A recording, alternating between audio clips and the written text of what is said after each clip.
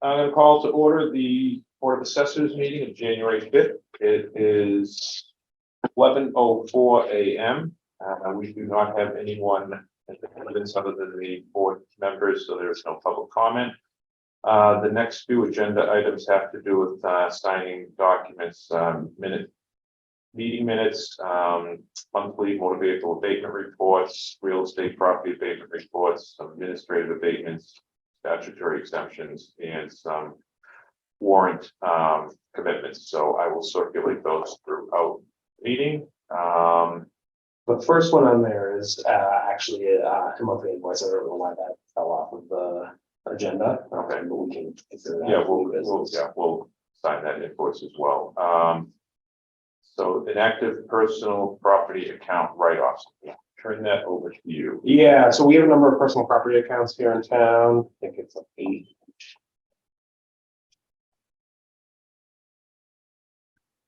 We have 6 accounts that are inactive for various reasons. They, the business shut down, the proprietor passed away. They're on our books. These date back to the earliest is 2006. So these are just outstanding balances that are sitting on our books, and we want to dispense with them. There's a process through the Commonwealth to get those approved for uncollectible taxes. I just need an affirmative vote from the board to do that. So the businesses are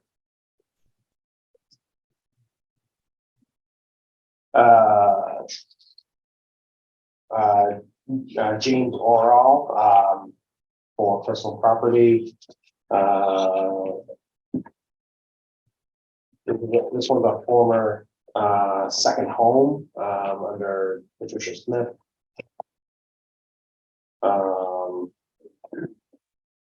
This one is Studio 44, no longer in business. This one is Rider Transportation, which is no longer in business, and the Heritage Hill Country Club, which is the background. Still exists as a property, but this particular business is out of business now. So this is one that's 2006, 2007. A quick question. I mean, most of those somewhat the bring it up to me, but how do we confirm that they actually are a business? They don't exist anymore. What's the process? Well, so like for this first one, they must have filed with the town a closure statement for their business. We haven't built them since 2018. Okay. So, and that's actually, so this one we haven't built since 2013. This one since 2015. But there's outstanding balances, that's what we're. From prior years, yeah. And what is it's for personal properties then? Yeah. And therefore years that the business was inactive, but they hadn't reported to us that they were inactive. Inactive or out of business? Out of business. How much money have we got? It's pennies, and it's not collectible by statute at this point. But they actually weren't legitimately in business. Yeah. If they were, they would be. Yeah, you have to sign every page. So, Yeah. I was going to mention it when we got to that one, but we get fast. So if they were in business at that time, subsequently went out of business. Is there a collection process on that? No, yeah, they're out of business. We can't collect from them. What about if they transfer properties? There's no lien on the property or? Well, because it's personal property. It's not. It's not lien on desk. Yeah, But you can't tie it towards their actual physical. well, they might not have even owned the real estate. They could have been rental. So yeah, no, I mean, we got $200. This one is $44. This one is $28. So yeah, no, I don't think it's about the money. I think we're just trying to. Yeah, That's it's just this one's 42. This one's substantial. This one's a $5,000 one. But this is the one that this is the Heritage Hill, which the existing They were paying. they were under the rules. So that literally should have been taken up a while ago. Yep. I guess my question was, how do we verify? Do we just take a statement that says we're, Yeah, I mean, that's how we Business find out or- all businesses. Go on business. okay, so it's just a verified. Yeah. no, They file with the clerk. Okay, so once they file with the court, it's basically under the penalties of perjury and whatnot. Yep. Okay. All right, so we'll go. But obviously, we would know somewhat if we recognize the business. Yeah, I think obviously that's part of it coming before us, so that we know, wait a minute, this, or, Another act, well, so. yeah, wait a minute, I just went there the other day and bought some. Okay, update on FY 23. I need a affirmative vote. Oh, I'm sorry. Yep. I'll entertain a motion to, move the, The 858 on, businesses now no longer active. So moved. Second. we have a motion in a second, any further discussion, all in favor? Aye. Aye. Motion carries unanimously. Okay, now we're on to certification. Final update. Yeah, so the certification process went well. We finally got approval through the Commonwealth for our tax rate, which is $11.15. And you folks approved the single tax rate along with the select board. I wanted to let you folks know that although there were many more steps to this process than there is in an interim year, our tax classification hearing was only 9 days later than it had been the prior fiscal year. But our bill files are actually created 6 days earlier than they had in the prior fiscal year. So we actually came in ahead of schedule. Even with all the extra Even with work, everything else. and significant extra work with a full research. Yes, Good. Well, that's the job, David. good job, David. Thanks. Next agenda item, FY 24 budget. So it is that time of year where, and I will say this, we're a little unique, this board, in the sense that the assessing department is actually, for lack of a better term, managed by the board.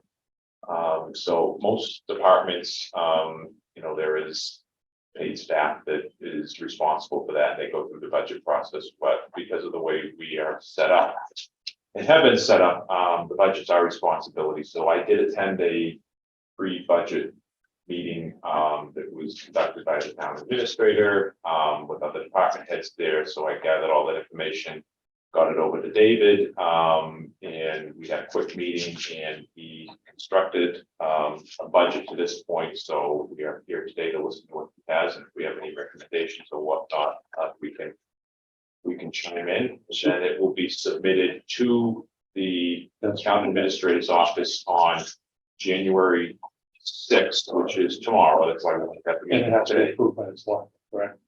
Yeah, there's a process that goes through there, but then David and I will meet with the town administrator next week, next Thursday, to go over any questions that they and the town accountant have. So I just want to make sure we have everybody's input before we get there, so.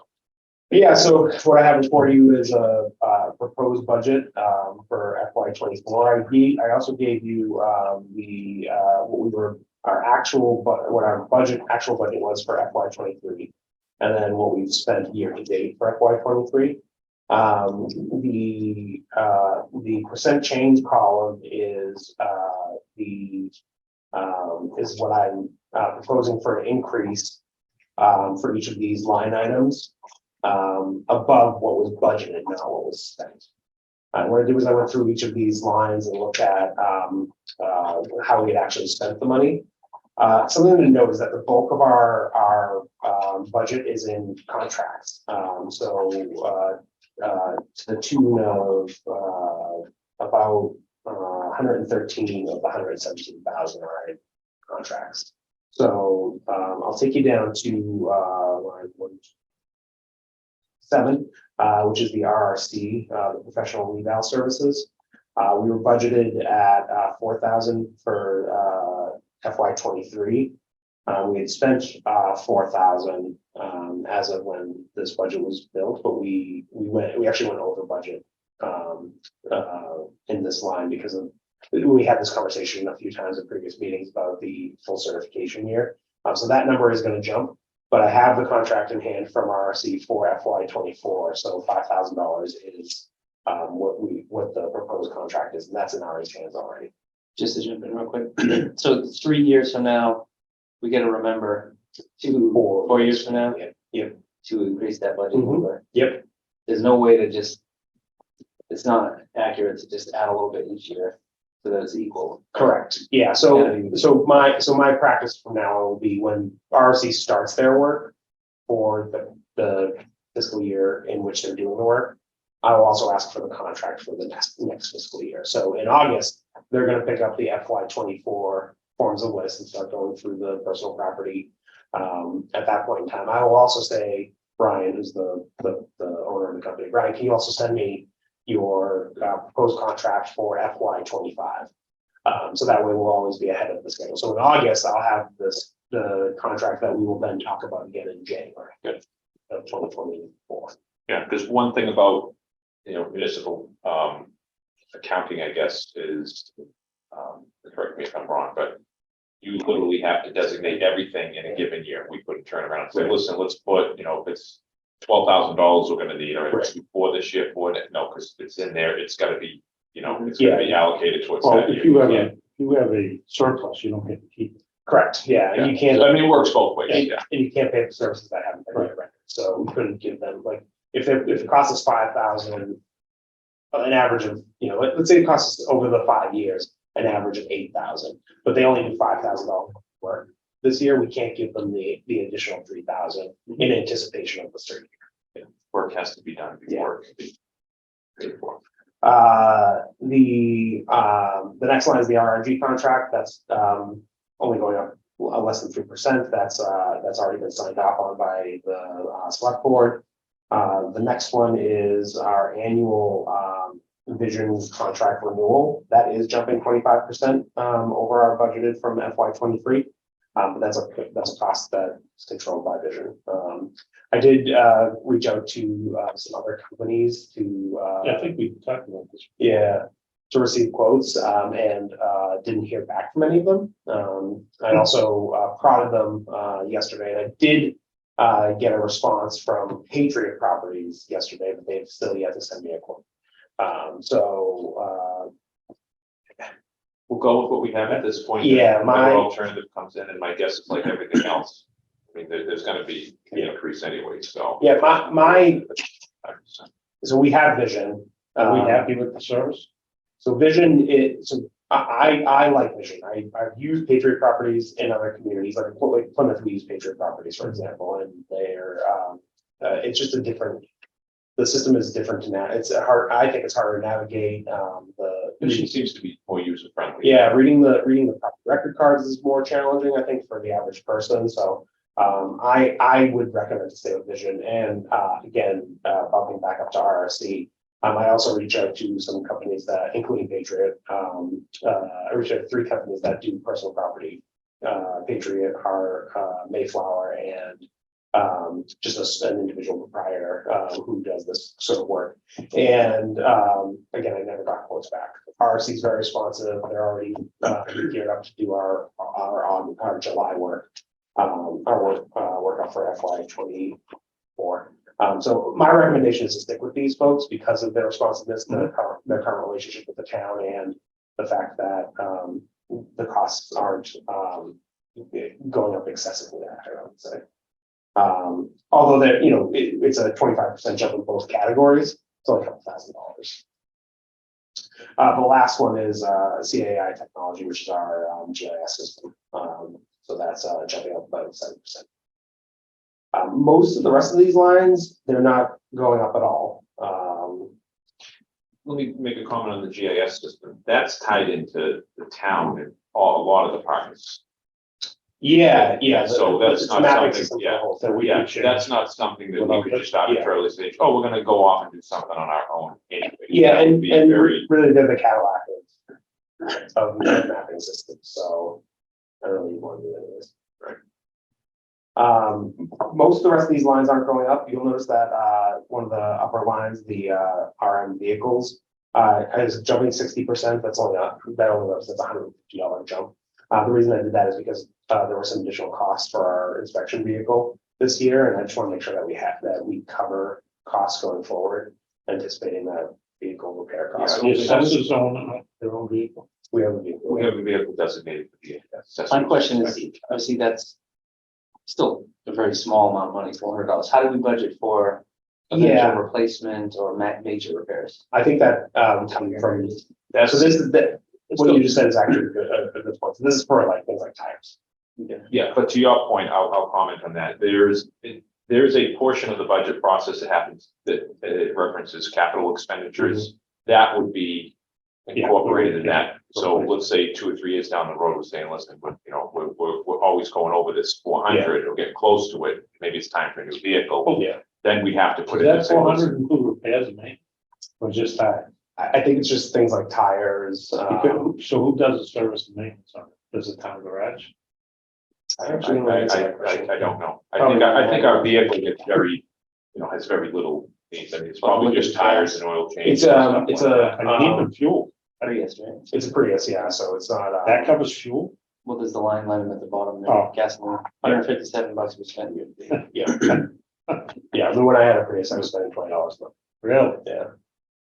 I need a fleet of Prius. So it's gonna go get some Priuses Yeah. out there, so. So same thing with like, Very glad. when I see the number for office equipment and computer. Yep. Modest numbers, low numbers, that's when you need full replacement of systems, that's different, that's all CapEx. That's kind of. Yeah, and the good thing from our standpoint is because we're in the town office building now, most of that equipment is shared equipment. It's not, it's not like we have to go out and buy our own. So the big replacement copiers. comes outside of this budget.